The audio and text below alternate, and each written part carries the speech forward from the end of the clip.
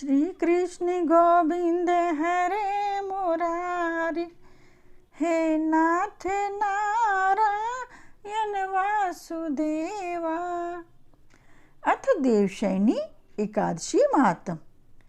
धर्मराज युधिष्ठिर बोले कि हे भगवान, आषाढ़ माह के शुक्ल पक्ष की एकादशी का क्या नाम है और उस दिन कौन से देवता की पूजा होती है तथा उसकी विधि क्या है, सो विस्तार पूर्वक कहिए।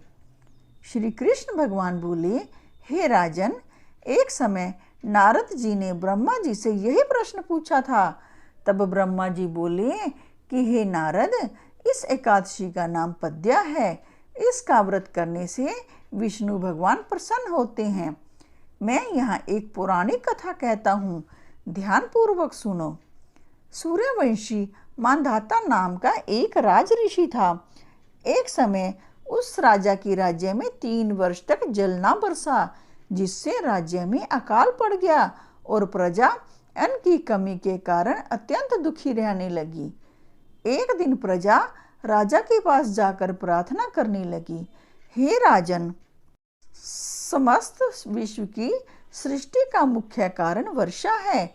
इसी वर्षा के अभाव से राज्य में अकाल पड़ गया है और अकाल से प्रजा मर रही है।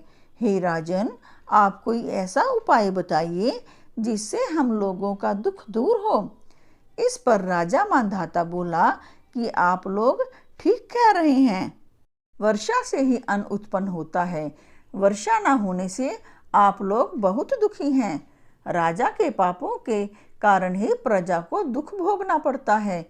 मैं बहुत सोच विचार कर रहा हूँ, फिर भी मुझे अपना कोई दोष नहीं दिखाई दे रहा है। मैं आप लोगों के दुख को दूर करने के लिए बहुत यत्न कर रहा हूँ। ऐसा कहकर राजा मांधाता भगवान की पूजा कर कुछ मुख्य आदमियों को साथ में लेकर वन को चला गया।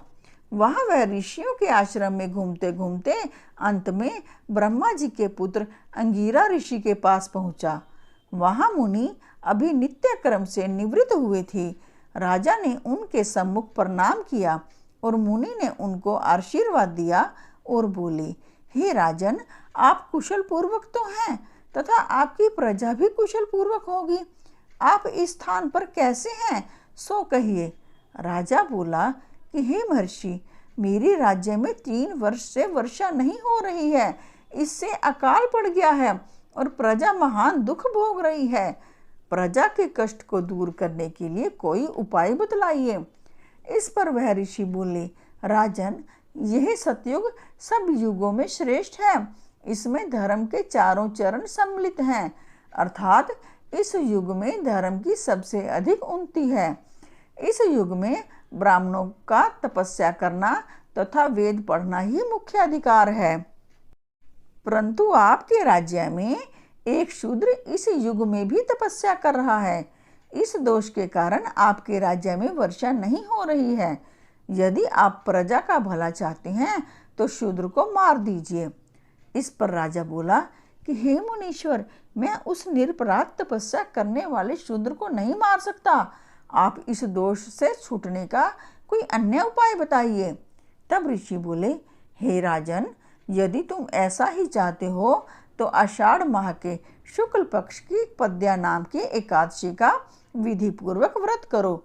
इस व्रत के प्रभाव से तुम्हारे राज्य में वर्षा होगी और प्रजा सुख पाएगी, क्योंकि इस एकादशी का व्रत सब सिद्धियों को देने वाला और उपद्रवों को शांत करने वाला है।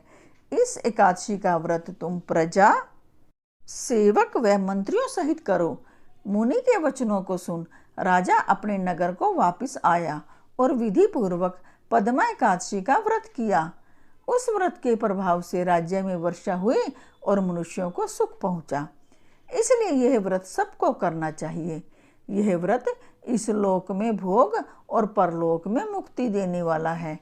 इसकी कथा को पढ़ने व सुनने से मनुष्य के सब पाप नष्ट हो जाते हैं। इस एकादशी को देवशयनी एकादशी भी कहते हैं और इस व्रत को करने से विष्णु भगवान प्रसन्न होते हैं। अतः मोक्ष की प्राप्ति के लिए भी मनुष्यों को यह व्रत करना चाहिए। चातुर्मास्य व्रत भी इस एकादशी के व्रत से शुरू किया जाता है।